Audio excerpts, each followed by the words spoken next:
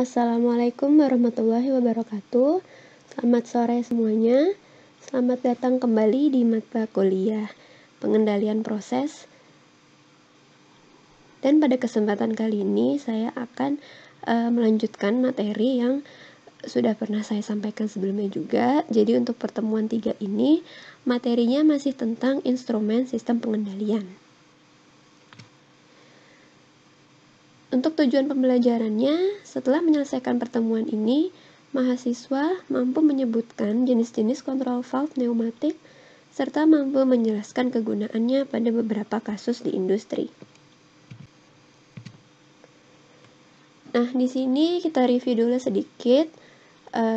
Ini masih terkait dengan materi yang sudah saya sampaikan di pertemuan 2 yang lalu.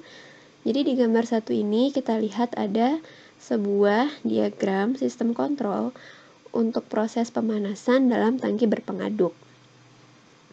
Jadi di sini bisa kita lihat ada alat sensor yang berupa termokopel.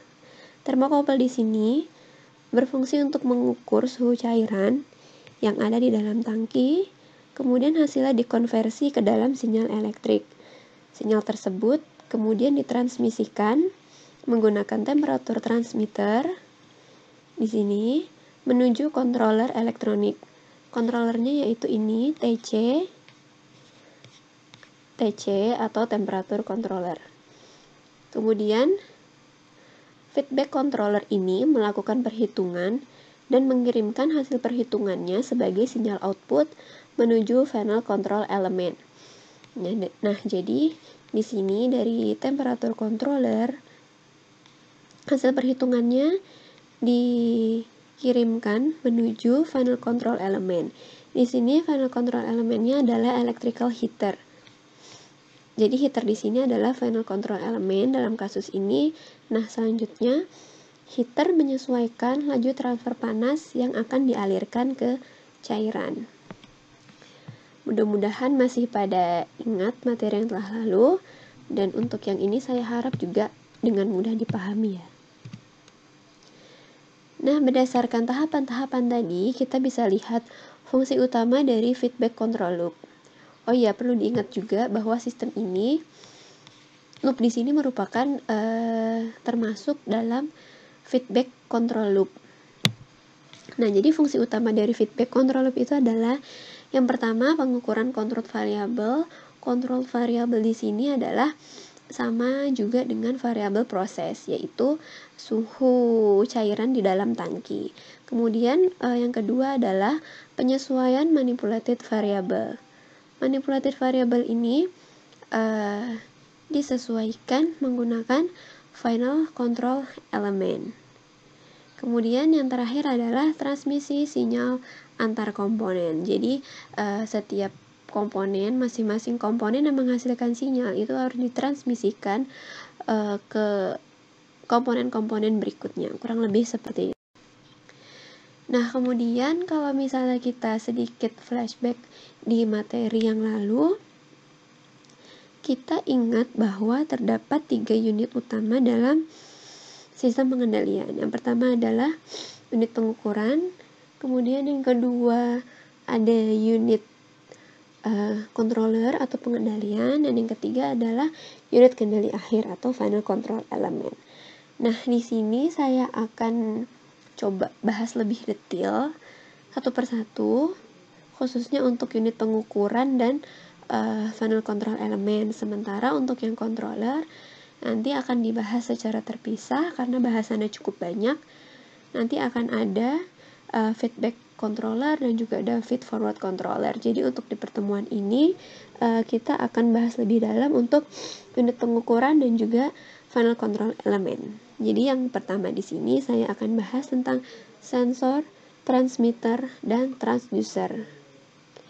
Jadi seperti yang sudah diketahui bersama bahwa variabel fisik itu diukur oleh alat sensor yang menghasilkan respon yang berhubungan dengan nilai dari variabel proses.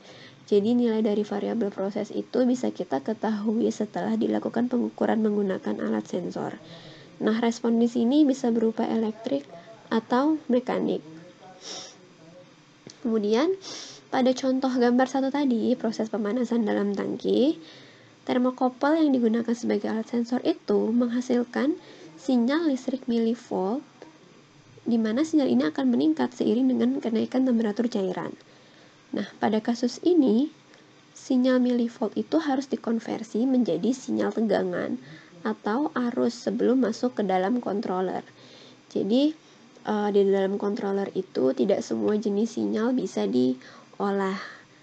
Jadi, oleh karena itu kita harus mengubah sinyal milivolt tersebut menjadi sinyal tegangan atau arus yang bisa diolah di dalam controller. Nah, konversi tersebut dilakukan oleh suatu komponen yang dinamakan transmitter. Kemudian, controller tersebut menghasilkan output. Outputnya berupa sinyal arus. Nah, sinyal arus ini juga harus diubah menjadi bentuk sinyal pneumatik sebelum diterima oleh final control element. Yang perlu diketahui adalah final control element di sini biasanya jenisnya merupakan jenis pneumatik, sehingga elemen tersebut, final control element tersebut harus mengolah sinyal yang berupa sinyal pneumatik. Oleh karena itu, apabila controller menghasilkan sinyal yang berupa sinyal arus, itu harus diubah dulu menjadi sinyal pneumatik. Nah, instrumen yang digunakan untuk mengubah sinyal arus menjadi sinyal pneumatik adalah transducer, di mana transducer ini jenisnya adalah current to pressure transducer atau bisa disebut dengan IP transducer. Untuk sinyal instrumennya itu sendiri secara umum terdiri dari 3 jenis. Yang pertama adalah sinyal pneumatik, kemudian ada sinyal elektronik analog, dan ada juga sinyal digital. Nah, untuk beberapa jenis alat sensor atau instrumen pengukuran, itu umumnya itu yang biasa kita ukur variabel prosesnya adalah temperatur. Ada temperatur, kemudian ada flow atau laju alir, ada juga pressure atau tekanan, level atau tinggi cairan, kemudian ada juga komposisi. Jadi ini beberapa variabel proses yang umum yang sering digunakan atau yang sering diukur dalam suatu sistem pengendalian. Nah, jadi di tabel 1 ini ada beberapa jenis instrumen pengukuran yang bisa digunakan dalam suatu sistem pengendalian. Seperti misalnya, di sini kita punya variabel proses berupa temperatur. Bisa diukur menggunakan termokopel, RTD, kemudian ada juga pirometer, laser, dan lain-lain. Sama halnya juga untuk variabel proses yang lainnya, bisa kita lihat di sini untuk flow rate misalnya, bisa diukur menggunakan orifice, venturi, rotameter, dan lain-lain. Kemudian juga untuk contoh-contoh instrumen pengukuran lainnya bisa dilihat sendiri supaya mahasiswa lebih ada gambaran gitu terkait dengan instrumen pengukuran yang biasa digunakan untuk pengendalian proses. Kemudian selanjutnya kita masuk ke dalam bahasan final control element. Jadi final control element dalam suatu sistem pengendalian biasanya berupa control valve atau variable speed pump. Nah, variable speed pump ini umumnya digunakan untuk cairan yang sifatnya abrasif, misalnya slurry. Jadi, final control element yang paling umum digunakan dalam suatu sistem pengendalian adalah control valve. Karena itu, di sini kita akan fokus membahas tentang control valve. Nah, di gambar 2 ini menunjukkan sebuah control valve dengan aktuator pneumatik. Jadi gambar 2 ini merupakan suatu ilustrasi control valve jenis control valve pneumatik. Jadi di sini akan kita lihat komponen utama sebuah control valve pneumatik itu apa aja. Jadi ada 4 komponen utama control valve pneumatik. Yang pertama ada valve body, bisa kita lihat di sini valve body. Kemudian ada stem. Nah, di sini ada valve stem. Ada seatnya di sini. Kemudian yang terakhir ada aktuator. Aktuator di sini. Nah, sekarang coba kita lihat satu-satu. Pertama di valve body. Di valve body ini terdapat sebuah orifice yang akan menyesuaikan laju alir. Orifice-nya itu adalah ini.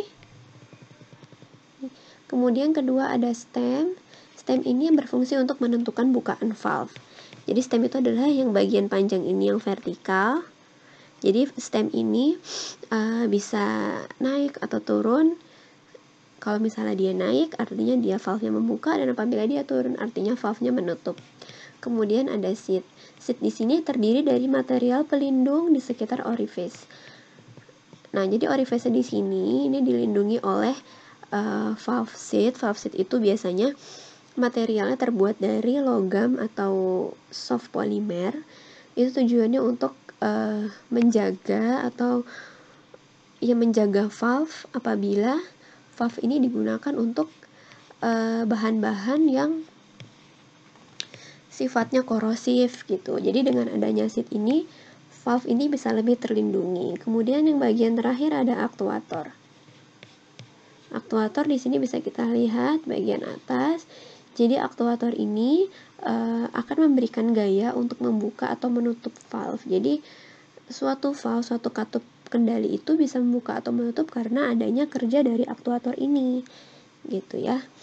Jadi mungkin ada bagian-bagian lainnya yang bisa saya sampaikan di sini. Di sini ada diafragma, kemudian ada indikator untuk valve, ada valve plug. Nah, di sini aliran fluidanya, misalnya ya aliran fluidanya melewati sini. Kemudian di sini ada actuating signal atau sinyal aktuasi. Ini sinyal yang diterima dari controller. Jadi dari controller menghasilkan sinyal, bisa disebut juga sebagai sinyal actuating di sini, di mana sinyal ini kemudian akan memerintahkan aktuator. Jadi aktuator itu bisa menentukan tindakan apa yang harus dilakukan berdasarkan sinyal yang diterima dari controller. Itu ya. Nah, sekarang kita akan bahas tentang pneumatik aktuatornya. Jadi tadi seperti yang sudah saya sampaikan bahwa sinyal actuating dari controller ditransmisikan ke control valve sebagai sinyal pneumatik.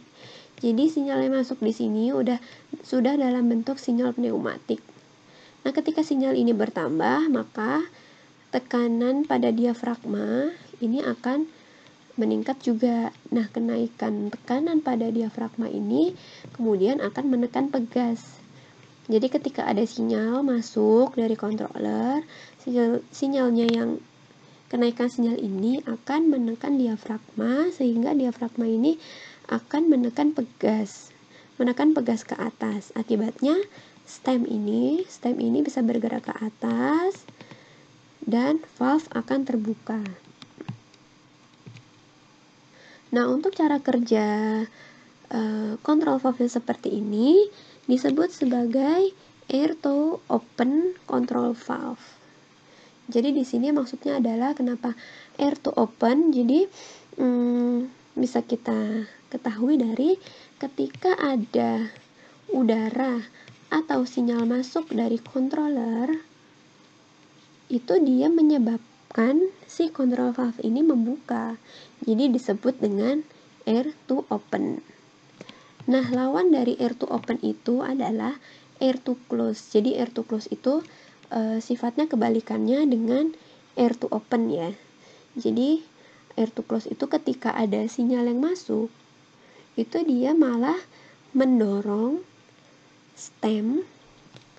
Jadi malah mendorong pegasnya ini, jadi pegasnya terdorong ke bawah, akhirnya stemnya turun dan akhirnya katupnya tertutup atau valve-nya tertutup. Nah, biasanya air to close ini yang membedakan air to close dengan air to open adalah kalau misalnya air to close biasanya itu sinyalnya itu datangnya dari atas. Jadi sinyal datang dari atas mendorong diafragma, akhirnya aktuatornya ini akan tertekan, stemnya turun dan valve-nya akan tertutup.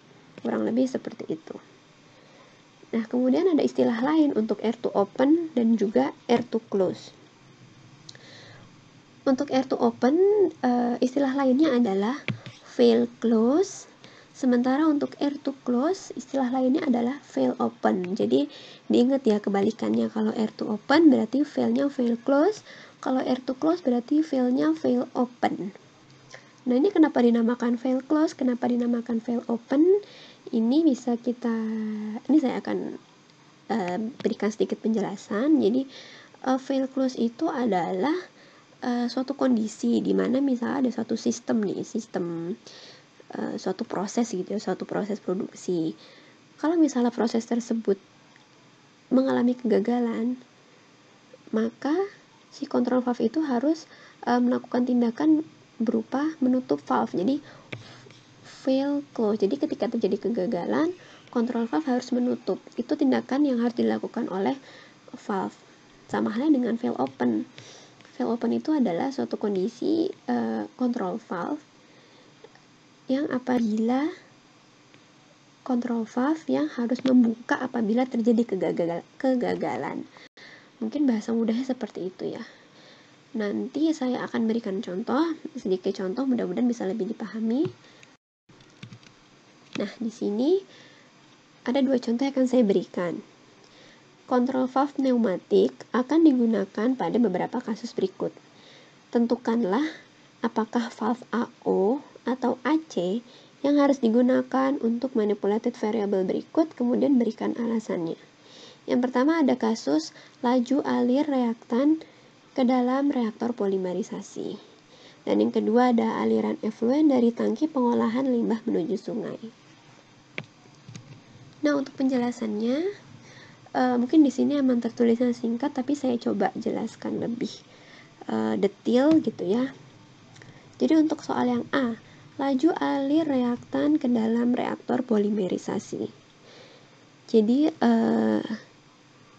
analisa yang mudahnya adalah kalian harus tahu dulu pertama manipulatif variabelnya apa. Kemudian yang kedua adalah kalian harus analisa kira-kira kegagalan apa yang mungkin terjadi dalam kasus ini dan kita ingin mencegahnya, kurang lebih seperti itu. Jadi pertama coba kita lihat di sini kita punya manipulated variabelnya laju alir reaktan. Jadi kalian bisa bayangkan di sini misalnya ada suatu reaktor polimerisasi gitu ya, kemudian ada reaktan masuk secara kontinu. Nah, di sini coba kita pikirkan kegagalan apa sih yang mungkin terjadi dan tidak kita harapkan di sini. Nah, untuk kasus yang A, kita tidak menginginkan terjadinya luapan reaktan. Begitu kan? Nah, di sini saya tuliskan untuk mencegah terjadinya luapan pada reaktor akibat reaktan yang berlebih. Jadi kalau misalnya kita udah tahu, kita ingin mencegah terjadinya luapan pada reaktor. Terus sekarang kita bayangkan, berarti kalau misalnya reaktor tersebut meluap, kalau misalnya reaktannya terlalu banyak, berarti kan tindakan yang harus dilakukan adalah menutup valve reaktan ini kan. Karena kan laju alir reaktan ini kan sebagai manipulated variable. Jadi ketika terjadi luapan pada reaktor, berarti tindakan yang harus dilakukan adalah menutup valve.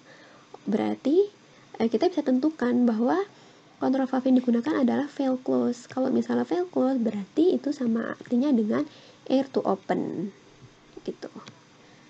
Kemudian soal yang berikutnya, aliran efluen dari tangki pengolahan limbah menuju sungai. Jadi di sini mungkin emang sedikit membingungkan, tapi mudah-mudahan apa yang saya jelaskan ini bisa cukup dipahami. Sekarang kita bayangkan ada suatu tangki pengolahan limbah.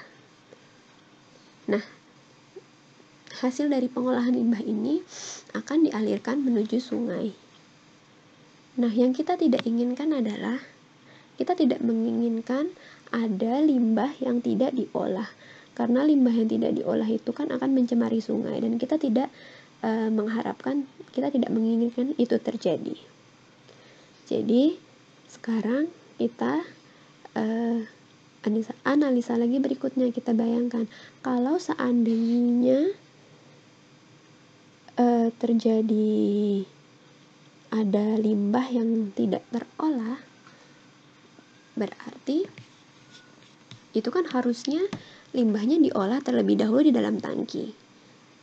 Dan itu artinya kita bisa menutup valve pada bagian efluen ini. Bagian efluen ini adalah bagian tangki, bagian buangannya gitu ya. Jadi kalau misalnya sampai terjadi limbah yang tidak diolah, berarti kan kita harus menutup valve tersebut kan, valve effluent ini kan. Nah, berarti kita bisa tentukan bahwa kontrol valve yang digunakan adalah valve close. Dan valve close ini akan sama dengan air to open. Kurang lebih penjelasannya seperti itu. Nanti berikutnya saya akan berikan beberapa kasus lagi untuk dikerjakan oleh mahasiswa, kurang lebih maksudnya seperti ini. Jadi untuk menentukan apakah itu AO atau AC yang harus digunakan. Jadi nanti kalau misalnya coba dikerjakan oleh mahasiswa, kalau misalnya ada yang kurang dipahami, bisa disampaikan pertanyaannya dan bisa kita bahas bersama di forum diskusi. Berikut adalah referensi yang saya gunakan dalam menyusun slide ini. Jadi nanti bisa dilihat di buku Proses Dynamics and Control untuk lebih lengkapnya. Nah, untuk materinya saya rasa sekian, saya rasa cukup dulu. Kalau misalnya ada yang kurang nanti bisa ditanyakan di forum diskusi. Dan mudah-mudahan apa yang saya sampaikan bisa dipahami. Sekian dari saya. Wassalamualaikum warahmatullahi wabarakatuh.